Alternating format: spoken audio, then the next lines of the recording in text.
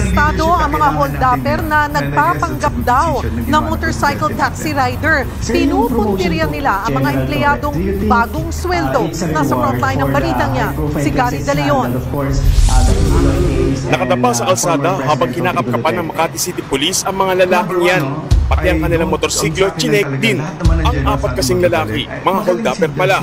Ayon sa mga otoridad, nahuli ang dalawang riding in tandem na yan dahil nag-report ang mga nabiktima nila. Yung kanilang description ay nag-jive po doon sa nakita na naglilibot na dalawang riding in tandem. Malayo po yung habulan. At sa kabutihang palad po, nahuli nga po yung dalawang riding in tandem. Ang modus nila, magpanggap ng motorcycle taxi rider sa amang hold-up. Siyempre sir, sahod days. Kung bakit siya napili. So, magsasahod na. Nakaabang din sila sir dun sa mga lalabas sa mga buildings. Kapag positive na sir yung target nila, didikitan lang sir and then tinututukan na rin sir. How you will Tapos lead sabay the big kuha na organization. sir sa gano'n. And I guess Pag-amin naman ang isa sa mga suspect. Nagipit lang po talaga. First time ko lang po sa mga bali driver lang po ako yan.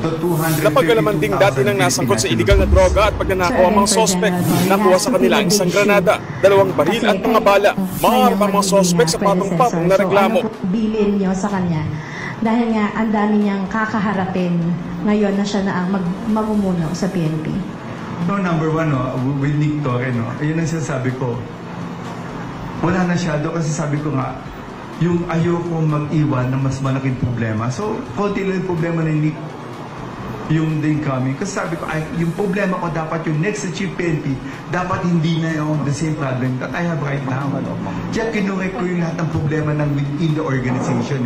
Yung internal, yung processing. Hindi, of course, hindi nyo nakikita.